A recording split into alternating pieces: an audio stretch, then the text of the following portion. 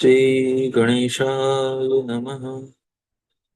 गुरुर्ब्रह्मा गुरुर्विष्णु गुरुर्देवो महेश्वर गुरु साक्षात् परब्रह्म तस्मै श्री गुरुवे नमः। त्वमेव माता च पिता त्वमेव त्वमेव बन्धु च सखा त्वमेव त्वमेव विद्या द्रविणं त्वमेव त्वमेव सर्वं मम देव देवा। यह 25वां अध्याय इस समय चल रहा है। इसमें मृत्यु के निकट होने के लक्षण बताए जा रहे हैं। उसी में हम आगे पढ़ रहे हैं। इस प्रकार मनुष्यों के हित के लिए बाहरी अरिष्ट लक्षणों को कह दिया। अब अन्य लक्षण भी संक्षेप में कहता हूँ। हे सुंदरी, जिस प्रकार मनुष्य को अपने बाएं एवं दाहिने हाथ में प्रत्यक्ष आता हुआ काल दिखाई पड़ सके, वह सब लक्षण कहे जा रहे हैं। हे सुर सुंदरी, इस प्रकार वे दोनों पक्ष स्थित हैं, ऐसा संक्षेप में जानना चाहिए। उस समय पवित्र होकर शिव नाम स्मरण करते हुए जितेंद्रिय व्यक्ति भली भांति स्नान करके दोनों हाथों को दूध से धोकर आलता से रगड़े। पुनः हाथों में गंध एवं पुष्प लेकर शुभाशुभ का विचार करें। हे प्रिय, कंष्टिका से लेकर अंगुष्ठ पर्यंत दोनों हाथों के तीन पोरों पर क्रम से प्रतिपदा आदि का न्यास करके प्रतिपदा आदि तिथियों से दोनों हाथों को संपुटित कर पूर्व विमुख हो 108 बार नवाक्षर मंत्र का जप करें। इसके बाद यत्न पूर्वक दोनों हाथों के प्रत्येक पर्व को देखे। हे प्रिय, जिस पर्व पर भौरे के समान काली रेखा दिखाई पड़े, कृष्ण पक्ष अथवा शुक्ल पक्ष में, उसी तिथि को मृत्यु जानना चाहिए। हे प्रिय, अब मैं नाद से प्रकट होने वाले काल लक्षण को संक्षेप में कहूंगा। उसका श्रवण करो। इसमें श्वास के गमन आगमन को जानकर कर्म करना चाहिए। हे सुश्रोणी, उस नाद के दैनंदन संचार को जानकर यत्न से अपना भी ज्ञान कर लेना चाहिए। क्षण, त्रुटि, लव, निमेष, काष्ठा, मुहूर्त, दिन रात, पक्ष, मास, ऋतु, वत्सर, अब्द, युग, कल्प एवं महाकल्प, यही काल कहा जाता है। काल स्वरूप सदाशिव इसी परिपाटी से संहरण करते हैं। वाम, दक्षिण एवं मध्य, ये संचार के तीन मार्ग कहे गए हैं। 5 दिन से लेकर 25 दिन पर्यंत वामाचार गति में नाद होता है। यह नाद प्रमाण मैंने आपसे कह दिया। हे वर वर्णिनी, काल वेत्ताओं को भूत, रंध्र, दिशा, ध्वजारूप, नाद प्रमाण, वामाचार गति में जानना चाहिए। हे भामिनी, यदि उसमें ऋतु के विकार भूत गुण प्रतीत हो तो उसे दक्षिण प्रमाण वाला नाद कहा गया है। ऐसा प्रमाण प्राणवेत्ताओं को जानना चाहिए।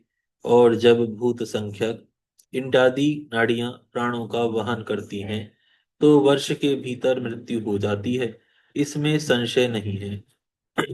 तो नाड़ियों के 10 दिन पर्यंत चलने से वह वर्ष भर जीता है, और 15 दिनों तक चलने से वह 1 वर्ष के भीतर ही मर जाता है।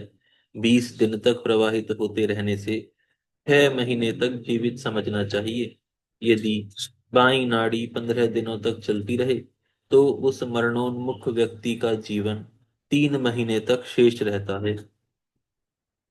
26 दिन तक प्रवाहित रहने से उसकी आयु 2 मास कही गई है।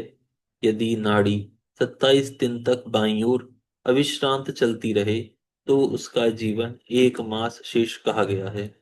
इस प्रकार वाम वायु के प्रमाण से नाद का प्रमाण जानना चाहिए।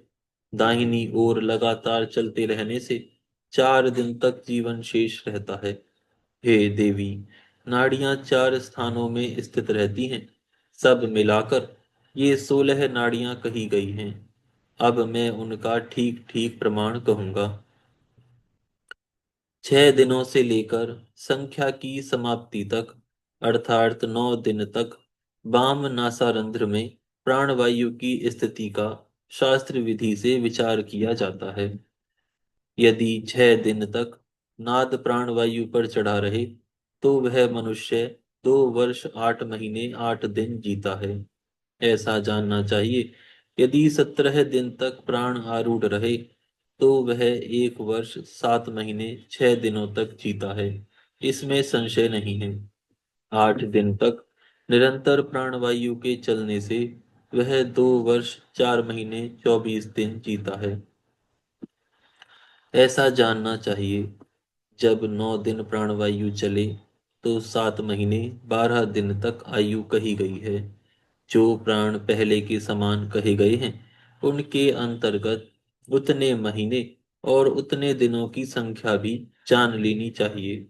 11 दिन लगातार प्राणवायु चलते रहने पर वह 1 वर्ष 9 महीने 8 दिन तक जीवित रहता है। 12 दिन तक प्रवाहित रहने से वह 1 वर्ष 7 महीने 6 दिन तक जीता है, ऐसा जानना चाहिए। यदि 13 दिन तक नाड़ी चले तो व्यक्ति की आयु 1 वर्ष 4 महीने 24 दिन शेष जानना चाहिए, इसमें संशय नहीं है। यदि प्राणवाही नाड़ियां 14 दिन लगातार बाईं ओर से चलें तो उसका जीवन 1 वर्ष 6 मास 24 दिन पर्यंत शेष जानना चाहिए, इसमें संशय नहीं है। 15 दिनों तक प्रवाहित रहने से वह 9 महीने 24 दिन तक जीवित रहता है, ऐसा कालवेत्ताओं ने कहा है। 16 दिन तक नाड़ी प्रवाह से वह 10 महीने 24 दिन जीवित रहता है, ऐसा कालविदों ने कहा है। हे साधकेश्वरी, 17 दिन तक प्रवाह से 9 महीने 18 दिन तक जीवन शेष कहा गया है। हे देवी, जब प्राणवायु बाईं ओर 18 दिनों तक चलता रहे तो 8 महीने 12 दिन अथवा 24 दिन तक जीवन शेष कहा गया है, ऐसा निश्चय समझिए। हे देवी, जब 23 दिन तक प्राण प्रवाहित रहे तो 4 महीने 6 दिन तक जीवन शेष कहा गया है। 24 दिन के प्रवाह से वह 3 माह 18 दिन तक जीवित रहता है। इस प्रकार मैंने प्राणवायु के संचार से अवान्तर दिन के जीवन काल की संख्या आपसे कही। इस प्रकार मैंने वाम संचार कह दिया। अब दक्षिण प्राण संचार का श्रवण करो। 28 दिन के प्रवाह से वह 15 दिनों तक जीता है। 10 दिन के प्रवाह से वह उतने ही 10 दिनों में मर जाता है और 30 दिन के प्रवाह से 5 दिनों में मर जाता है। हे देवी, जब 31 दिन लगातार प्राणवायु प्रवाहित होता रहे तब उस व्यक्ति का जीवन 3 दिन रहता है, इसमें संदेह नहीं है। जब सूर्य 32 प्राण संख्या का वहन करते हैं तब उसका जीवन 2 दिन तक रहता है, इसमें संदेह नहीं है। मैंने दक्षिण प्राणवायु का वर्णन किया। अब आपसे मध्यस्थ प्राण का वर्णन करता हूँ। जब वायु का प्रवाह मुखमंडल में एक ओर हो और उस दौड़ते हुए प्रवाह से वह 1 दिन जीवित रहता है। इस प्रकार प्राचीन विद्वानों ने मरणोन्मुख व्यक्ति के कालचक्र का वर्णन किया है।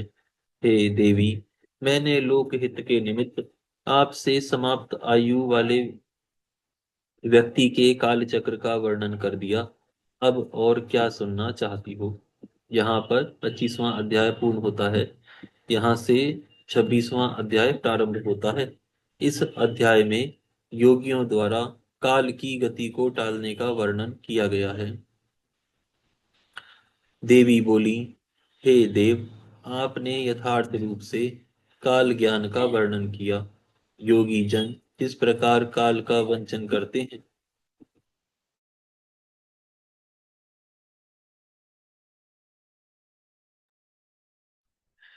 योगी जन जिस प्रकार काल का वंचन करते हैं, आप उसे विधि पूर्वक कहिए।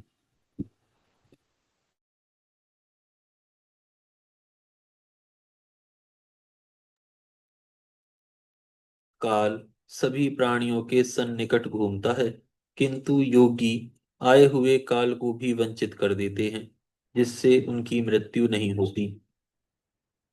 हे देव, मेरे ऊपर कृपा करके आप इसका वर्णन करें।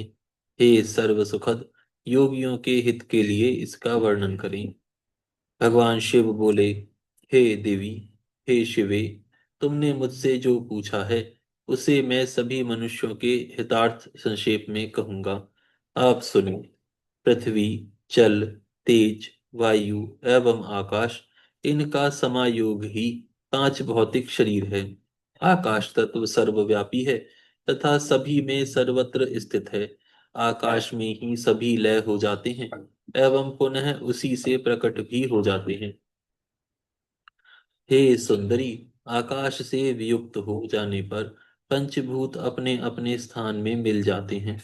उस सन्निपात की स्थिरता नहीं है। सभी लोग तपस्या एवं मंत्र के बल से यह सब भली भांति जान लेते हैं, इसमें संशय नहीं है।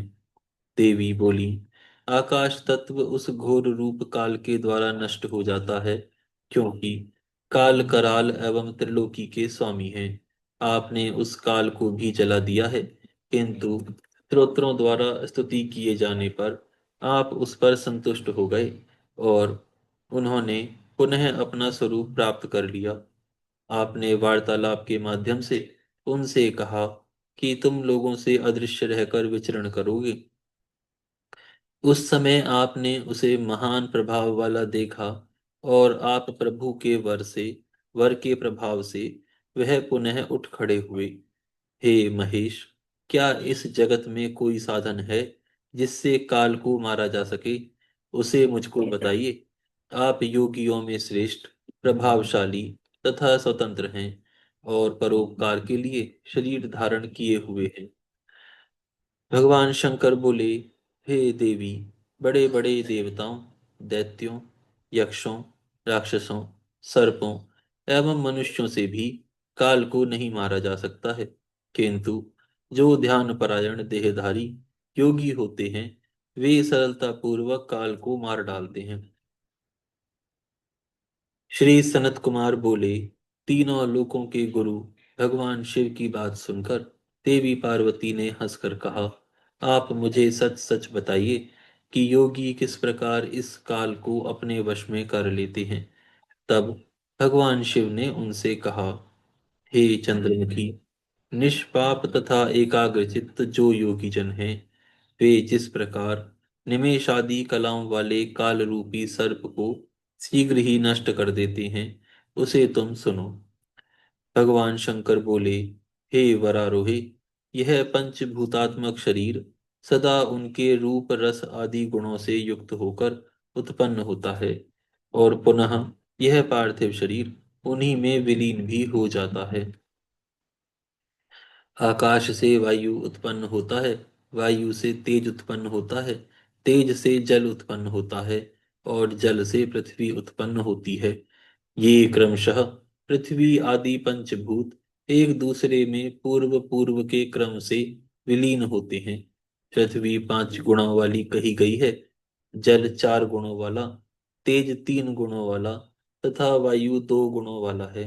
इन पृथ्वी आदि आकाश तत्व एकमात्र शब्द गुण वाला कहा गया है।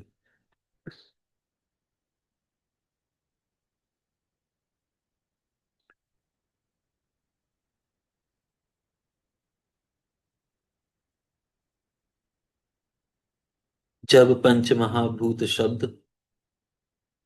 जब पंच महाभूत शब्द, स्पर्श, रूप, रस और पांचवा गंध अपने अपने इन गुणों को त्याग देते हैं तो प्राणी की मृत्यु हो जाती है, और जब अपने अपने गुणों को ग्रहण करते हैं तब उसी को जीव का प्रकट होना कहा जाता है। हे देवेशी, इस प्रकार पांचों भूतों को ठीक ठीक जानो। अतः हे देवेशी, काल को जीतने की इच्छा वाले योगी को यत्न पूर्वक अपने अपने काल में उनके अंशभूत हुए गुणों पर विचार करना चाहिए। देवी पार्वती बोली, हे योग वेत्ता प्रभु, योगी लोग ध्यान से अथवा मंत्र से किस प्रकार काल को जीतते हैं वह सब मुझसे कहिए। भगवान शंकर बोले, हे देवी, सुनो, मैं योगियों के हित के लिए इसे कहूंगा।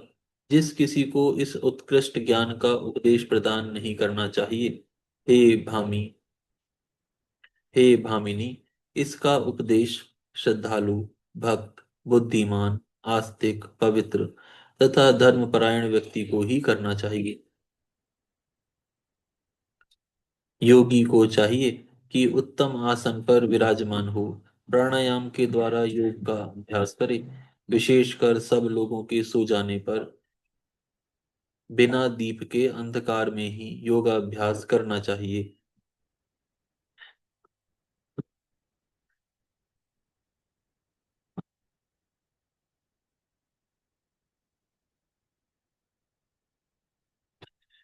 एक एक मुहूर्त तक तर्जनी अंगुली से दोनों कान दबाकर बंद रखें। ऐसा करने से कुछ देर बाद अग्नि प्रेरित शब्द सुनाई पड़ने लगते हैं। इससे संध्या के बाद खाया हुआ अन्न क्षण भर में पच जाता है और वह ज्वर आदि समस्त रोग उपद्रवों को शीघ्र नष्ट कर देता है। जो योगी नित्य 2 घड़ी पर्यंत इस तरह के आकार का ध्यान करता है, वह काम तथा मृत्यु को जीतकर अपनी इच्छा से इस लोक में विचरण करता है और सर्वज्ञ तथा सर्वदर्शी होकर संपूर्ण सिद्धियों को प्राप्त कर लेता है। वर्षा काल में जिस प्रकार मेघ आकाश में शब्द करते हैं, उसी प्रकार का यह शब्द है। उसे सुनकर योगी शीघ्र ही संसार बंधन से मुक्त हो जाता है। इसके बाद वह योगियों द्वारा प्रतिदिन चिंतन किया जाता हुआ शब्द सूक्ष्म से भी सूक्ष्म हो जाता है। हे देवी, इस प्रकार मैंने शब्द ब्रह्मा के ध्यान की यह विधि आपसे कह दी। जिस प्रकार ध्यान को चाहने वाला ग्वाल का त्याग कर देता है, वैसे योगी को सांसारिक बंधन का पूर्ण रूप से त्याग कर देना चाहिए। इस शब्द ब्रह्मा को प्राप्त कर जो कोई भी लोग अन्य पदार्थों की इच्छा रखते हैं, वे मानो अपनी मुट्ठी से आकाश का भेदन करना चाहते हैं और इस अमृतोपम योग को पाकर भी भूख प्यास की अपेक्षा रखते हैं। शब्द ब्रह्मा नाम से कहे गए परम सुख देने वाले, मुक्ति के कारण स्वरूप, अंतःकरण में स्थित, अविनाशी तथा सभी उपाधियों से रहित इस पर ब्रह्म को जानकर मनुष्य मुक्त हो जाते हैं। जो इस शब्द ब्रह्मा को नहीं जानते, वे काल के पाश से मोहित होकर मृत्यु के वश में होते हैं एवं वे पापी तथा कुबुद्धि हैं। वे संसार चक्र में तभी तक भटकते रहते हैं जब तक उन्हें धाम यानी सबका आश्रय प्राप्त नहीं हो जाता। परम तत्व के ज्ञात हो जाने पर मनुष्य जन्म मृत्यु रूपी बंधन से छूट जाते हैं। योगी को चाहिए कि वह निद्रा, आलस्य रूपी महाविघ्नकारी शत्रु को यत्न पूर्वक जीतकर सुखद आसन पर बैठ करके नित्य प्रति शब्द ब्रह्मा का अभ्यास करे। 100 वर्ष की आयु वाला वृद्ध मनुष्य इसे प्राप्त करके जीवन पर्यंत इसका अभ्यास करे तो उसे आरोग्य लाभ होता है, उसकी पुरुषत्व की वृद्धि होती है और वह मृत्यु को जीतकर अपने शरीर को स्थिर रखता है। इस प्रकार का विश्वास जब वृद्ध में देखा जाता है, तब युवक जन में इसकी बात ही क्या। यह शब्द ब्रह्मा न ओंकार है, न मंत्र है, न बीज, न ही अक्षर है। हे देवी, यह शब्द ब्रह्मा अनाहत तथा उच्चारण से रहित होता है और वह परम कल्याणकारी है। हे प्रिय, उत्तम बुद्धि वाले यत्न पूर्वक निरंतर इसका ध्यान करते हैं। उसी अनाहत नाद से प्रकट होने वाले 9 प्रकार के शब्द कहे गए हैं, जिन्हें प्राणवेत्ताओं ने परिलक्षित किया है। हे देवी, उन्हें तथा नाद सिद्धि को यत्न पूर्वक कहता हूँ। होश, कांस्य, शंख, घंटा, वीणा, बांसुरी, दुंदुभी, शंख शब्द और 9वां मेघ गर्जन। यह अनाहत से प्रकट होने वाले शब्द हैं। योगी इन 9 शब्दों का त्याग कर तुंकार शब्द का अभ्यास करें। इस प्रकार ध्यान करने वाला योगी पुण्यों एवं पापों से लिप्त नहीं होता है। हे देवी, जब योगाभ्यास से युक्त योगी सुनने का यत्न करते हुए भी नहीं सुन पाए, तो भी मृत्यु के समीप आने पर भी योगी रात दिन इसी प्रकार का अभ्यास करता रहे, तब उससे 7 दिनों में मृत्यु को जीतने वाला शब्द उत्पन्न होता है। हे देवी, वह 9 प्रकार का होता है। मैं यथार्थ रूप से उसका वर्णन करता हूँ। पहला घोषात्मक नाद होता है। वह आत्मा को शुद्ध करने वाला, श्रेष्ठ, सभी प्रकार की व्याधियों को दूर करने वाला, मन को वशीभूत कर अपने प्रति आकृष्ट करने वाला तथा उत्तम होता है। द्वितीय कांस्य का शब्द होता है, जो जीवों की गति को रोकता है और विष तथा सभी भूत ग्रहों को दूर करता है। इसमें संदेह नहीं है। तीसरा श्रृंगनाद है। उसका अभिचारिक कर्म में प्रयोग करना चाहिए। शत्रु के उच्चाटन तथा मारण में वह प्रयोग करने योग्य है। चौथा घंटानाद होता है, जिसका साक्षात परमेश्वर उच्चारण करते हैं। वह सभी देवगणों को भी आकर्षित करने वाला है। फिर भूलोक के मनुष्यों की तो बात ही क्या है। यक्षों तथा गंधर्वों की कन्याएं उस नाद से आकृष्ट होकर उस योगी को यथेच्छ महासिद्धि प्रदान करती हैं। पांचवा नाद वीणा है, जिसे योगी लोग निरंतर सुनते रहते हैं। हे देवी, उससे दूरदर्शन की शक्ति प्राप्त होती है। वंशीनाद का ध्यान करने वाले योगी को तभी तत्व प्राप्त हो जाते हैं। दुंदुभी नाद का ध्यान करने वाला जरा एवं मृत्यु से रहित हो जाता है। हे देवेशी, शंखनाद का अनुसंधान करने से इच्छानुसार रूप धारण का सामर्थ्य प्राप्त होता है और मेघ के नाद का ध्यान करने से योगी को कोई विपत्ति नहीं होती है।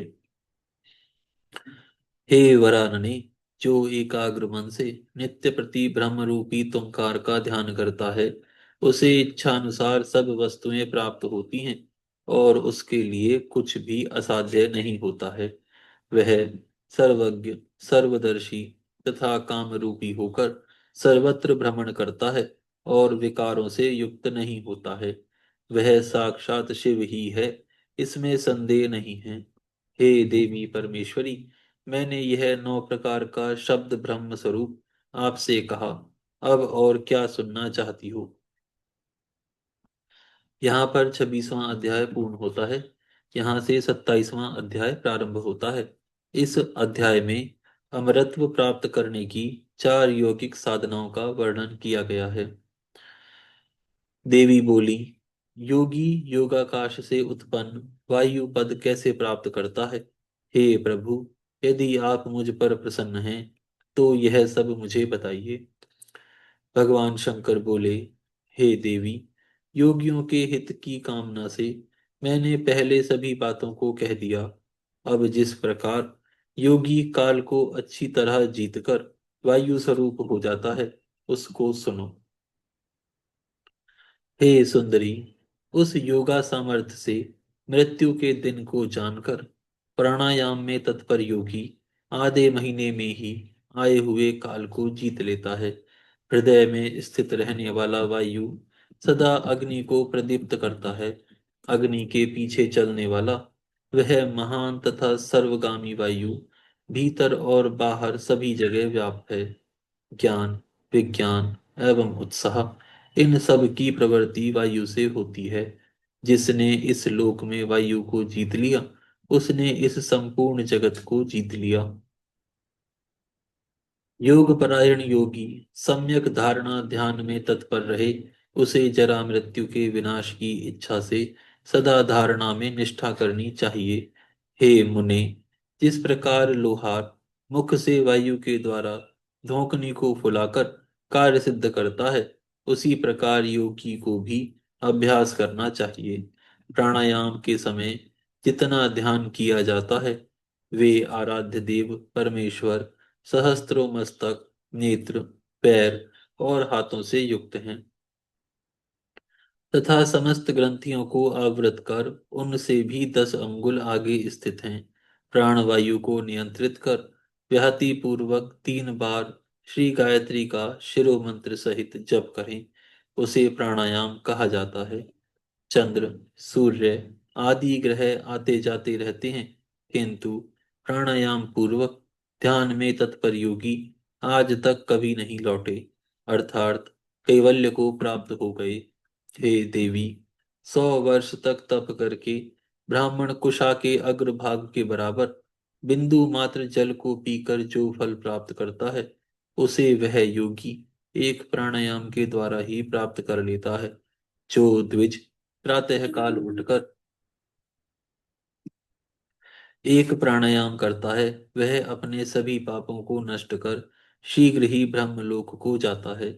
जो सदा आलस्य रहित होकर एकांत में प्राणायाम करता है, वह जरा तथा मृत्यु को जीतकर वायु के समान गतिशील होकर आकाश में विचरण करता है। वह सिद्ध पुरुष का रूप, कांति, मेधा, पराक्रम तथा शौर्य प्राप्त कर लेता है और गति में वायु के समान होकर प्रशंसनीय सौख्य तथा परम सुख प्राप्त करता है। हे देवेशी, जिस प्रकार योगी वायु से सिद्धि प्राप्त करता है, वह सब मैंने आपसे कह दिया। अब जिस प्रकार उन्हें तेज से सिद्धि की प्राप्ति होती है, उसे मैं आपसे कहूंगा। आज हम यहाँ विराम करते हैं, फिर कल से प्रारंभ करेंगे। हे गौ माता, आप सभी देवताओं की माता, सभी पुण्य का पुण्य, सभी तीर्थों का तीर्थ हैं। हम आपको दंडवत प्रणाम करते हैं। आपकी कृपा सदैव हम सभी पर बनी रहे।